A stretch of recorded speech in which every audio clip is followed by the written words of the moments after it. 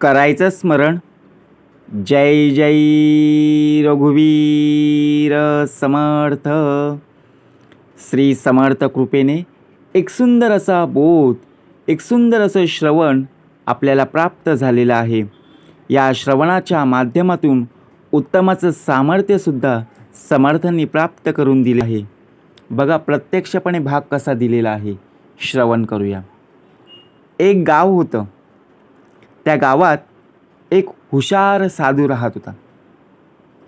लोक त्या साधूचा फार आदर करत असत। त्या गावात दुसऱ्या गावातून दूध विकण्यासाठी एक गरीब गवळण येत असे। ती नेहमी सर्वात प्रथम साधूला दूध देत असे।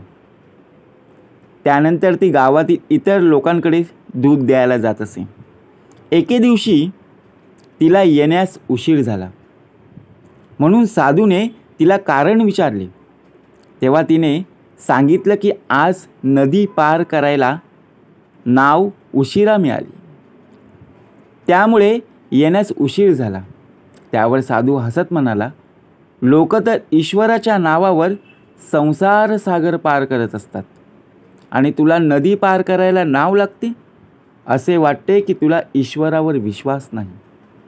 त्या भोळ्या गवळणीवर या बोलण्याचा खूपच परिणाम झाला।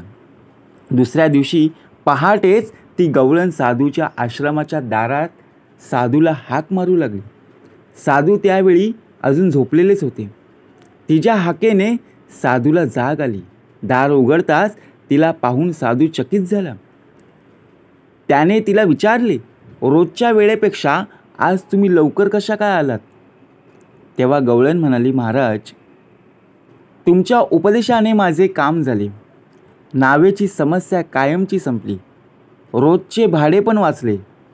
आपल्या सांगण्यानुसार ईश्वराचे नाव घेतले आणि नदी पार करू लागले। साधूचा या गोष्टीवर विश्वासच बसला नाही। जेव्हा ती नदीच्या रस्त्याने जाऊ लागली तेव्हा साधूही तिच्या पाठोपाठ नदीत गेला। जेव्हा पाण्याची पातळी वाढली तेव्हा साधू घाबरून पाण्यात पडला आणि वाचविण्यासाठी आवाज देऊ लागला।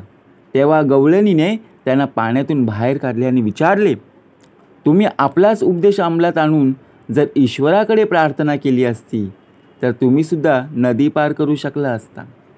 गवळणीचा ईश्वरावरील विश्वास पाहून साधू शर्मिंद झाला।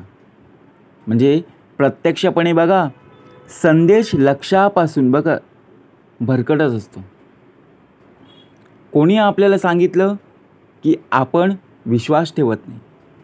दिलेला कोणताही संदेश आपण लक्षपूर्वक ऐकत नाही, कारण मन चंचल असतं। म्हणून विश्वास फळ देत असतो। दृढ निश्चयाने सर्व काही साध्य करता येते। जय जय रघुवीर समर्थ।